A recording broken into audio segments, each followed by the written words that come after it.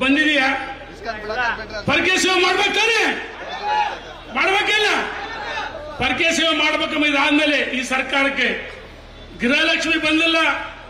ನಮ್ಮ ಸಹೋದರಿ ಲಕ್ಷ್ಮಿ ಹೆಬ್ಬಾಳ್ಕರ್ ಹೇಳ್ತಾರೆ, ಇಲ್ಲ ನಾನು ಆಸ್ಪತ್ರೆಯಲ್ಲಿ ಮಲಗಿದ್ದೆ, ಹಣ ಬಿಡುಗಡೆ ಆಗಿಲ್ಲ ಹಣ ಅಂತಾರೆ. ಅಕ್ಕ, ನಿನಗೇನು ಆರೋಗ್ಯ ಅನಾರೋಗ್ಯ ಇರ್ಲಿ, ಚೆನ್ನಾಗಿರಿ, ದೇವ್ರ ಕಾಪಾಡ ನಿಮ್ಮನ್ನು ಚೆನ್ನಾಗಿರ್ಲಿ. ಆದ್ರೆ ನೀವು ಆಸ್ಪತ್ರೆಯಲ್ಲಿ ಅಡ್ಮಿಟ್ ಆಗಿದ್ರಿ, ನಿಮ್ಮ ಆರ್ಥಿಕ ಇಲಾಖೆ ಅದು ಆಸ್ಪತ್ರೆ ಸೇರಿದೆಯಾ? ಆರ್ಥಿಕ ಇಲಾಖೆ ಹಣ ಇಲ್ಲ, ಎಲ್ಲಿಗೋಯ್ತು?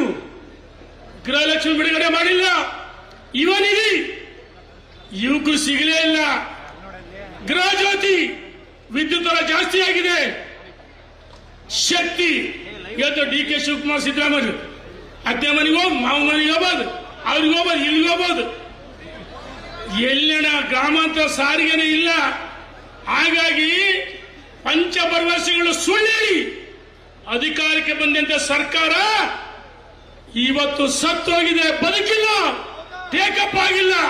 ಅದಕ್ಕೋಸ್ಕರ ಈ ಜನಸಂಘರ್ಷ ಜನಾಕ್ರೋಶ ಯಾತ್ರೆ ಪ್ರಾರಂಭ ಆಗಿದೆ. ಬಂಧುಗಳೇ, ನಾನು ಕೇಳಕ್ಕೆ ಇಚ್ಛೆಪಡ್ತೀನಿ, ಸಿದ್ದರಾಮಯ್ಯನವರೇ, ಸುಳ್ಳು ಅಧಿಕಾರಕ್ಕೆ ಬಂದ್ರಲ್ಲ, 48 ಅಗತ್ಯ ವಸ್ತುಗಳ ಬೆಲೆ ಏರಿಕೆ.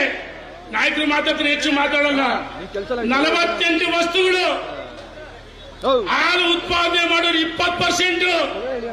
ಬಹಳ ಜನ ರೈತರ ಮಕ್ಕಳು ಎಮ್ಮೆ ಕಟ್ಟಿಲ್ಲ, ಆಕಳು ಕಟ್ಟಿಲ್ಲ, ಇನ್ನೇ ನಮ್ಮ ತಾಯಿ ಹಾಲು ಕರಿತಿದ್ರು, ಬೆಣ್ಣೆ ಕರಿತೀವಿ, ಮಜ್ಜಿಗೆ ಮಾಡ್ತಿದ್ರು, ಸೇರುಗಟ್ಟಲೆ ಹಾಲು ಕೊಡ್ತಿದ್ವಿ. ಆದ್ರೆ 20% ಅವ್ರಿಗೆ ಕೊಡೋಣ. ಯಡಿಯೂರಪ್ಪ ಹೈನುಗಾರಿಕೆಗೆ ಪ್ರೋತ್ಸಾಹನ ಕೊಟ್ಟರು.